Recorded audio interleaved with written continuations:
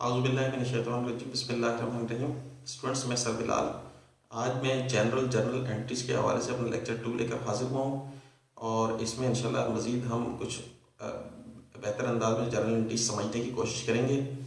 तो ये अगर मेरा लेक्चर आपको पसंद आता है तो आप मेरे चैनल को लाजमी सब्सक्राइब कीजिएगा और इस वीडियो को लाइक कीजिएगा और बेल आइकन पर लाजमी क्लिक कीजिएगा ताकि नेक्स्ट आने वाला लेक्चर आपको फ़ौरन वसूल हो सके। देखिए स्टूडेंट, ये हमारे पास जर्नल एंट्रीज़ का एक क्वेश्चन मौजूद है और इसकी हम एंट्रीज पास करते हैं। इस एंट्रीज को पास करते हुए हम rules of debit and credit को भी फॉलो करेंगे। ठीक है, तो सबसे पहले देखते हैं हम यहाँ पर देखें, यहाँ पर लिखा हुआ है Ahmad traders create journal entries, यानी अहमद ट्रेडर्स एक बिज़नेस है। तो ये बिज़नेस का नाम हमने सबसे पहले लिख दिया अहमद ट्रेडर्स, ठीक है ना। उसके बाद हमने जर्नल की हेडिंग लगाई है, ये असल में हेड बना है, ये जर्नल एंट्रीज़ का हेड कहलाता है।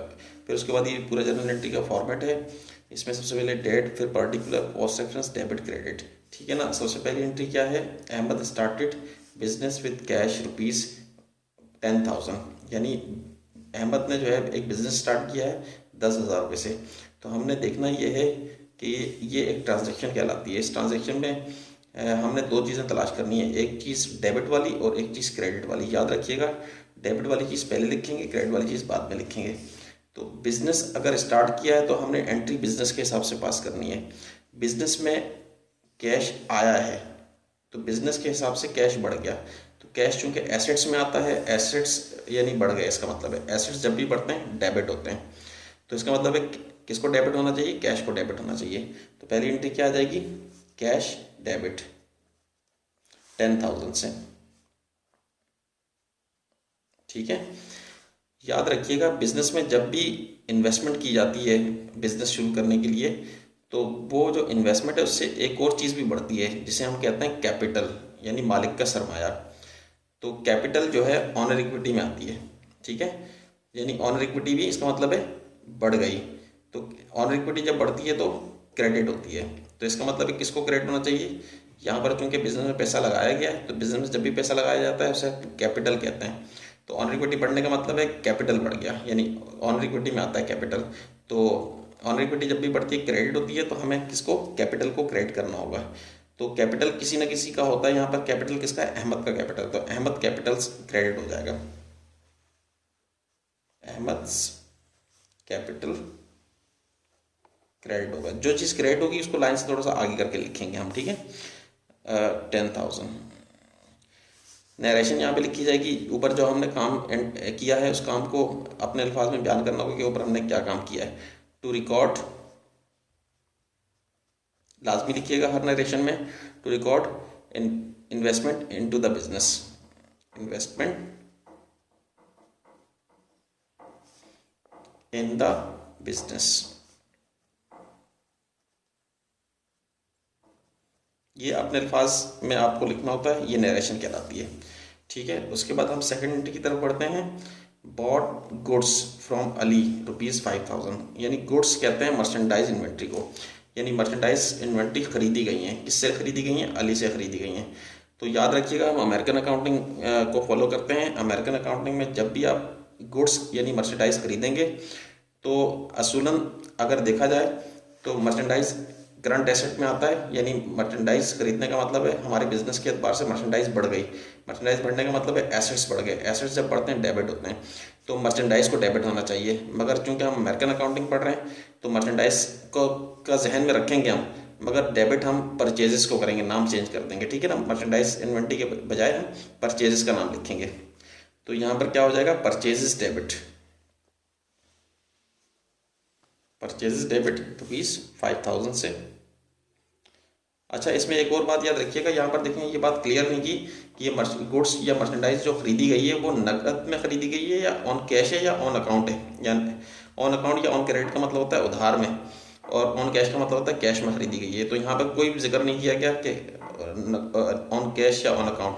तो फिर हम ऐसी सूरत हाल में ऑन अकाउंट मानेंगे, यानी उधार मानेंगे। तो जब उधार मानेंगे तो हमें इसका मतलब है कि अली को पैसे हमने देने हैं। तो जो पैसे हमने देने होते हैं हम कहते हैं accounts payable. Accounts payable liability कहलाती है। इसका मतलब है पैसे हमने देने तो लाइबिलिटी बढ़ गई।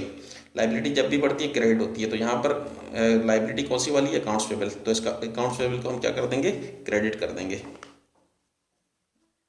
अकाउंट्स पेबल 5000 से। नरेशन लिखेंगे to record purchase goods, purchase का मतलब भी खरीदना होता है, परचेस गुड्स ऑन अकाउंट।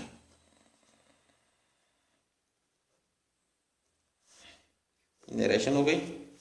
उसके बाद तीसरी एंट्री की तरफ बढ़ते हैं। Sold goods to Hussain rupees 1600 रुपये, 1600 रुपये की गुड्स हमने हुसैन को फ़रोख्त की हैं।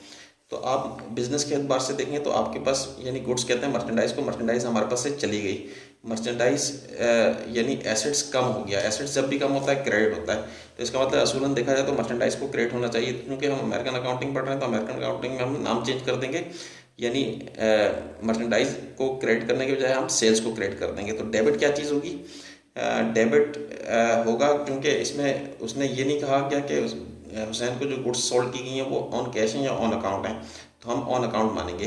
तो इसका मतलब है कि जब गुड्स बेची गई हैं तो हमने पैसे हुसैन से वसूल करने हैं, जो पैसे वसूल करने हैं उसे अकाउंट रिसीवेबल कहते हैं। अकाउंट रिसीवेबल का मतलब बढ़ गया, अकाउंट रिसीवेबल एसेट्स में आता है, एसेट्स जब बढ़ता है तो डेबिट होता है, तो इसका मतलब अकाउंट रिसीवेबल यहाँ पर क्या हो जाएगा, डेबिट हो जाएगा।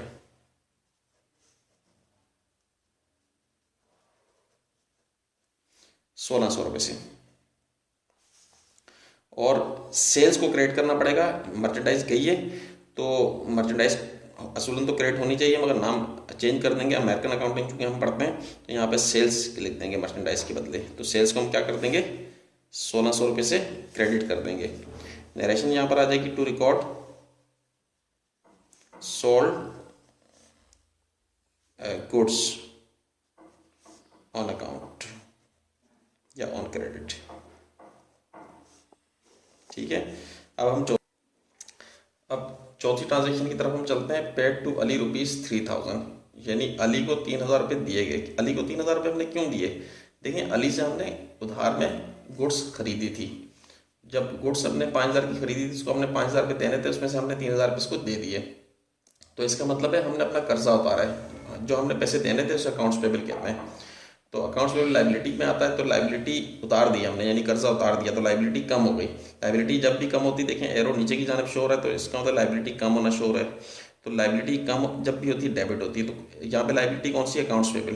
तो अकाउंट्स पेबल को हमने क्या करना होगा, डेबिट करना होगा।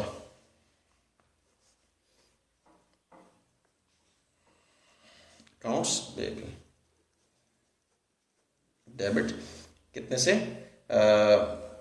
3000 से। और यकीनन आपने कैश दिया होगा, अगर उसको पेमेंट की है तो आपसे कैश चला गया, तो कैश एसेट में आता है, यानी इसका मतलब बिजनेस के दौर से एसेट कम हो गया। एसेट जब भी कम होता है, एरो नीचे की जानब कम शो कर रहा है, एरो ऊपर की जानब बढ़ना शो कर रहा है, तो एसेट्स कम हो गए, यानी कैश कम हो गया। कैश जब कम होता है तो क्रेडिट होता है, कैश क्रेडिट हो जाएगा 3000 से। नरेशन लिखेंगे to record paid to Ali, paid to Ali. फिर उसके बाद हम लास्ट ट्रांजेक्शन की तरफ बढ़ते हैं। रिसीव्ड फ्रॉम हुसैन, हुसैन से ₹1000, हुसैन से 1000 हमने क्यों रिसीव किए, क्योंकि हमने उसको उधार मर्चेंडाइज गुड्स यानी फ़रोख्त की थी 1600 रुपये की, उसमें से उसने 1000 रुपये हम दे दिए, यानी हमने हुसैन से 1000 रुपये वसूल कर लिए। तो याद रखिएगा, जब पैसे वसूल करना बाकी हो तो अकाउंट रिसीवेबल बढ़ा हुआ होता है, और जब हम पैसे वसूल कर लेते हैं तो अकाउंट रिसीवेबल कम हो जाता है। अकाउंट रिसीवेबल एसेट्स में आता है, एसेट जब कम होता है तो क्रेडिट होता है, तो इसका मतलब अकाउंट रिसीवेबल को यहाँ पे क्रेडिट होना चाहिए। तो आपके पास आए क्या चीज़, आपके पास कैश आया, आपने कैश वसूल किया है, तो कैश बिजनेस के एतबार से बढ़ गया। कैश जो है एसेट्स में आता है, एसेट जब बढ़ता है तो डेबिट होता है, तो यहाँ पर क्या डेबिट हो जाएगा, कैश डेबिट हो जाएगा। कितने से, 1000 से। और अकाउंट रिसीवेबल के पैसे हमने वसूल कर लिए, तो इसका मतलब अकाउंट रिसीवेबल कम हो गया। तो अकाउंट रिसीवेबल क्या हो जाएगा, एसेट में आता है, एसेट जब कम होता है तो क्रेडिट होता है, तो अकाउंट रिसीवेबल को हम क्या कर देंगे, क्रेडिट कर देंगे 1000 से। अब इसकी हम नरेशन लिखते हैं टू रिकॉर्ड